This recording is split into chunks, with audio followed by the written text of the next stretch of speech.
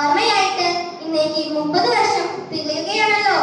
നോവലുകളിലൂടെയും കഥകളിലൂടെയും നമ്മൾ ഓരോ മലയാളികളെയും ചിരിപ്പിച്ചും ചിന്തിപ്പിച്ചും അദ്ദേഹം ഇന്നും നമ്മുടെ മനസ്സിൽ ജീവിക്കുന്നു. ഇന്ത്യയിലെ ഏറ്റവും വലിയ സാഹിത്യ പ്രതിഭകളിൽ ഒരാളായി വൈക്കം മുഹമ്മദ് ബഷീർ കണക്കാക്കപ്പെടുന്നു. 1908 ജനുവരി 21 കോട്ടയം ജില്ലയിലെ വൈക്കത്തിനടുത്തുള്ള തലയോല പറമ്പിലായിരുന്നു ബഷീറിന്റെ ജനനം. കായി അബ്ദുൽ റഹ്മാന്റെയും കുഞ്ഞാത്തമ്മയുടെയും 6 മക്കളിൽ മൂത്ത ആളായിരുന്നു ബഷീർ. സ്വാതന്ത്ര്യ സമര സേനാനി, ചെറുകഥാകൃത്ത്, നോവലിസ്റ്റ് എന്നീ നിലകളിലെല്ലാം അദ്ദേഹം അദ്ദേഹത്തിന്റെ പ്രാവീണ്യം തെളിയിച്ചിരുന്നു. തന്നെ 5ാം ക്ലാസ്സിൽ പഠിക്കുന്ന സമയത്ത് ഗാന്ധിജിയെ കാണാൻ വേണ്ടി വീട്ടിൽ നിന്നും ഒളിച്ചോടിയതാണ് അദ്ദേഹത്തിന്റെ ജീവിതത്തിൽ വഴിത്തിരിവായി മാറിയത്. കാൽനടയായി എറണാകുളത്ത് ചെന്ന് കാളവണ്ടി കയറി കോഴിക്കോട് എത്തിയ ബഷീർ സ്വാതന്ത്ര്യ സമര രംഗത്തേക്ക് ഇറങ്ങിത്തിരിച്ചു. ബഷീറിന്റെ സ്വാതന്ത്ര്യ സമര രംഗത്തേക്ക് ഉള്ള ചുവടുവയ്പ്പിനിടയിൽ ഗാന്ധിജിയെ തൊട്ടു എന്ന് ബഷീർ അവകാശപ്പെടുന്നുണ്ട്. ഇന്ത്യയിലെ ഏറ്റവും വലിയ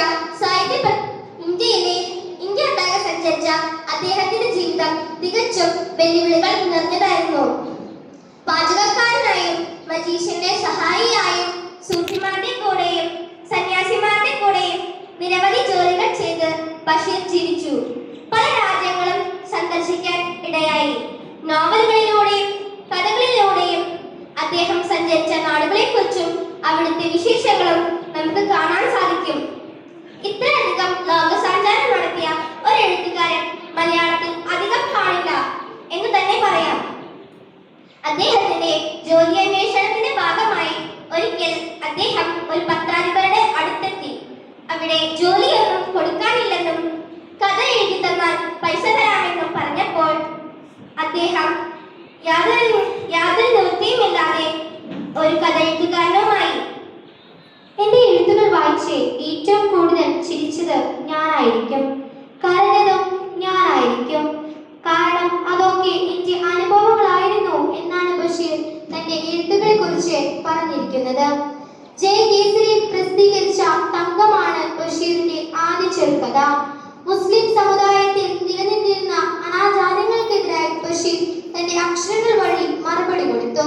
പ്രൊഫസർ റൊണാൾഡ് ആഷറിന്റെ സഹായത്തോടെ പല നോവലുകളും ചെറുകഥകളും ഇംഗ്ലീഷിലേക്ക് തർജ്ജമ ചെയ്യുകയും ലോകമെമ്പാടുമുള്ള വായനക്കാരിലേക്ക് എത്തിക്കുവാനും കഴിഞ്ഞു.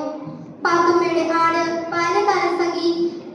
ബാല്യകാലസഖി, എന്റെ ഉപ്പൂപ്പയ്ക്ക് ഒരു ആനയുണ്ടായിരുന്നു, ഭാഗവതീലയം, പൂവമ്പഴം, ഭൂമിയുടെ അവകാശികൾ തുടങ്ങിയവയാണ് പ്രധാന കൃതികൾ. അദ്ദേഹത്തിന്റെ മരണശേഷം 6 വർഷം കഴിഞ്ഞിട്ടാണ് അവസാന നോവലായ പ്രേംപാറ്റ പ്രസിദ്ധീകരിച്ചത്. കേരള സാഹിത്യ അക്കാദമി ഫെലോഷിപ്പ്, കാലിക്കറ്റ് സർവകലാശാലയുടെ ഡോക്ടറേറ്റ് ബിരുദം, മുട്ടത്ത് വർക്കി അവാർഡ്, വള്ളത്തോൾ പുരസ്കാരം, ലളിതാംബിക അന്തർജന അവാർഡ്, പത്മശ്രീ എന്നിവ ബഷീറിന് ലഭിച്ചിട്ടുണ്ട്. 1994 ജൂലൈ 5 കോഴിക്കോട് പേർപ്പൂരിൽ വെച്ച് അദ്ദേഹം ഈ ലോകത്തോട് യാത്ര പറഞ്ഞു. ജനകീയനായ എഴുത്തുകാരൻ എന്നറിയപ്പെടുന്ന ബഷീർ